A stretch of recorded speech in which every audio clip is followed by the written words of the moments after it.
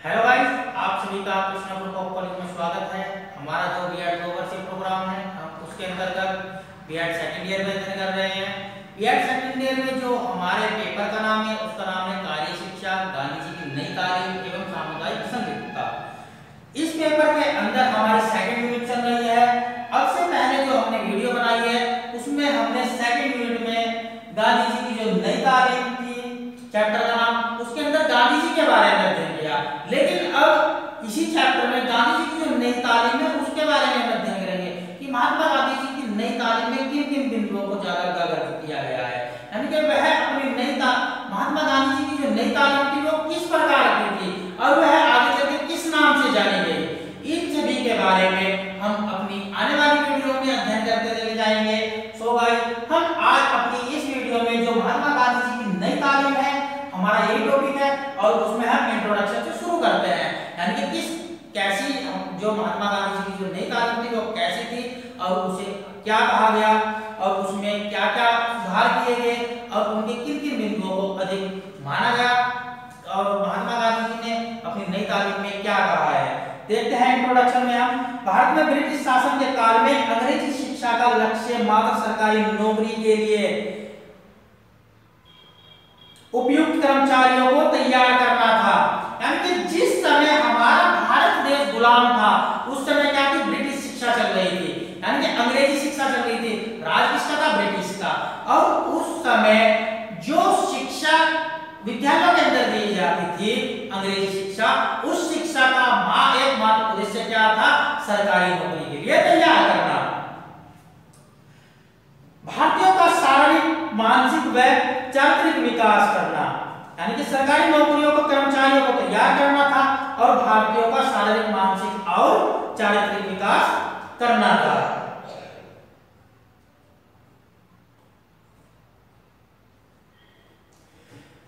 अतः गांधी जी के देश की निर्धन, बेरोजगार, निरक्षर एवं अस्वस्थ जनसंख्या को उन्नति के पथ पर अग्रसर करने के लिए बेसिक शिक्षा योजना का निर्माण किया गया। यानी कि जो उस समय की स्थिति थी भारतवर्ष की, उस समय क्या था, अधिक जो जनसंख्या थी वह गरीब थी, बेरोजगार थी, उनके पास कोई रोजगार नहीं था, जिसके कारण वह गरीबी के दलदल में धंसते जा रहे थे। निरक्षर थी, अनपढ़ थे एवं अस्वस्थ जनता थी। लेकिन उन सभी की उन्नति के लिए उस समय क्या किया गया था, बेसिक शिक्षा योजना को लागू किया गया, यानी कि उसका निर्माण किया गया। गांधी जी ने हरिजन नामक पत्रिका में राष्ट्रीय शिक्षा की नवीन रूपरेखा प्रस्तुत करते हुए लिखा है, यानी कि जो महात्मा गांधी जी के द्वारा लिखी गई पत्रिका थी, हरिजन पत्रिका, उसमें उन्होंने लिखा है, शिक्षा से मेरा तात्पर्य बालक और मनुष्य में जो श्रेष्ठतम है, यानी कि बालक और मनुष्य में जो श्रेष्ठतम है उसका संपूर्ण विकास करना।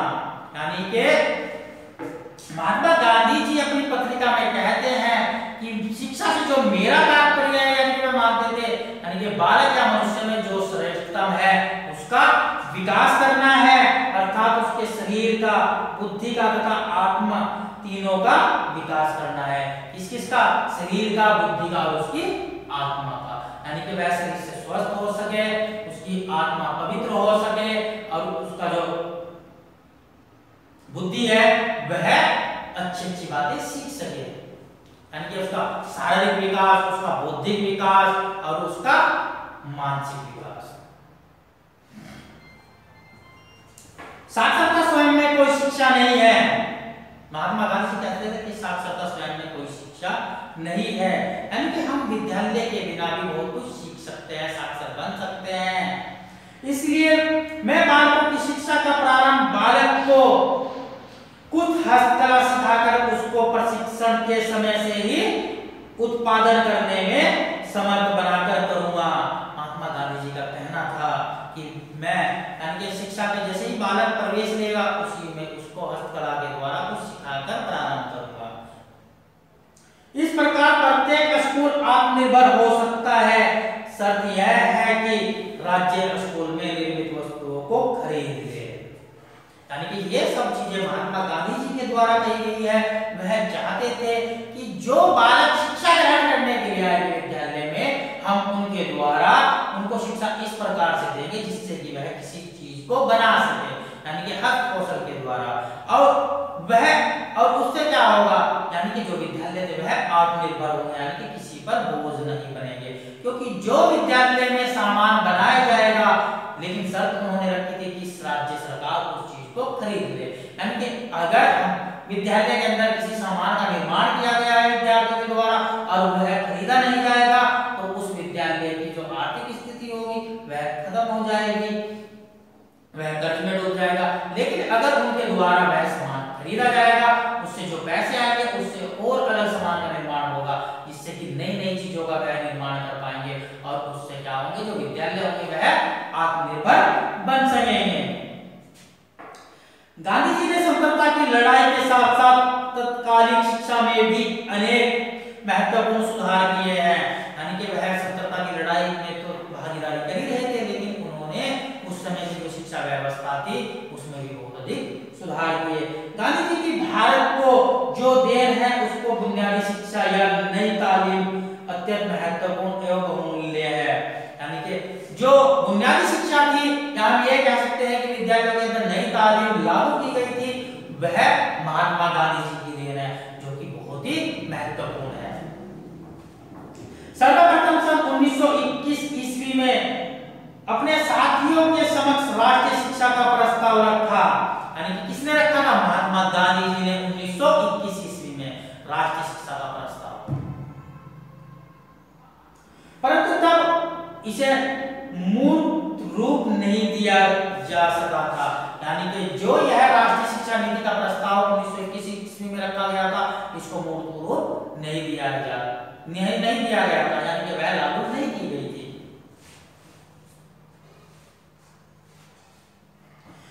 सन 1937 ईस्वी में भारत के सभी प्रांतों में सरकार का गठन हुआ और 11 से 7 प्रांतों में कांग्रेस मंत्रिमंडल बने, यानी कि जब 1937 ईस्वी में भारत के सभी प्रांतों में सरकारें गठित की गई थी, उस समय 7 प्रांतों में कांग्रेस मंत्रिमंडल बने थे और 23 अक्टूबर सन 1937 में वर्धा में राष्ट्रीय शिक्षा सम्मेलन का आयोजन किया गया था, यानी कि वर्धा में जो राष्ट्रीय शिक्षा सम्मेलन का आयोजन किया गया था वह 23 अक्टूबर 1937 में किया गया था, यानी कि कब किया गया था, 23 अक्टूबर 1937 में। ये जीके का क्वेश्चन किया है कि वर्धा सम्मेलन कब हुआ था, 23 अक्टूबर 1937 को हुआ था। और इसमें गांधी जी ने राष्ट्रीय शिक्षा की रूपरेखा प्रस्तुत की, यानी कि जो महात्मा गांधी जी राष्ट्रीय शिक्षा लागू करना चाहते थे, यानी कि नई तालीम, उसकी जो रूपरेखा थी वह दोबारा से उन्होंने प्रस्तुत की, जिसे बेसिक शिक्षा या नई तालीम कहते हैं, यानी कि जो महात्मा गांधी जी के द्वारा रूपरेखा तैयार की गई थी उसी को आज हम बेसिक शिक्षा या नई तालीम कहते हैं। और अगर ये क्वेश्चन आता है कि जो बेसिक शिक्षा या नई तालीम की रूपरेखा थी वह कहां पर प्रस्तुत की गई थी, वह वर्धा में प्रस्तुत की गई थी, जो कि 23 अक्टूबर 1937 में की गई थी। इसे वर्धा योजना बुनियादी तालीम एवं बुनियादी शिक्षा आदि नामों से भी जाना जाता है, यानी कि जो राष्ट्रीय शिक्षा की रूपरेखा थी उसी राष्ट्रीय शिक्षा की रूपरेखा को, यानी कि राष्ट्रीय शिक्षा को वर्धा योजना बुनियादी तालीम एवं बुनियादी शिक्षा के नामों से भी जाना गया। गांधी जी का विचार था कि शिक्षा की रूपरेखा ग्रामीण होनी चाहिए न कि शहरी, क्योंकि अधिकांश जनसंख्या ग्रामीणों में निवास करती थी जो कि अपनी कृषि कार्य में ही लगी हुई थी।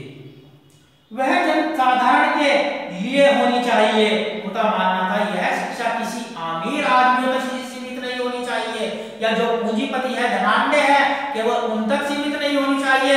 जो बुनियादी शिक्षा है यानी कि नई तालीम है या वर्धा शिक्षा, वह जन सामान्य की शिक्षा होनी चाहिए, यानी कि भारत के अंदर जितने भी व्यक्ति है यानी कि जितने भी बालक हैं उन सभी के लिए यह शिक्षा अनिवार्य होनी चाहिए।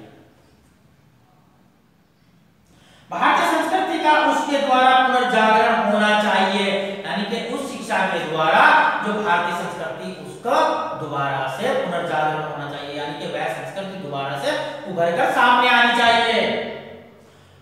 उसमें भारतीय जनता की समस्याओं को सुलझाने की क्षमता होनी चाहिए, यानी कि जो शिक्षा उस समय लागू की गई थी वह शिक्षा ऐसी होनी चाहिए जिससे कि जो भारतीय जनता है उनकी जो समस्याएं है वह उनको क्या करें, यानी कि सुलझा सके, उनकी सहायता कर सके। इसलिए महात्मा गांधी जी ने वर्धा में जो सम्मेलन किया था, जो राष्ट्रीय शिक्षा की रूपरेखा तैयार की थी, उस पर बहुत ही जोर दिया और जो कि आगे जाकर वर्धा शिक्षा या नई तालीम के नाम से जानी गई।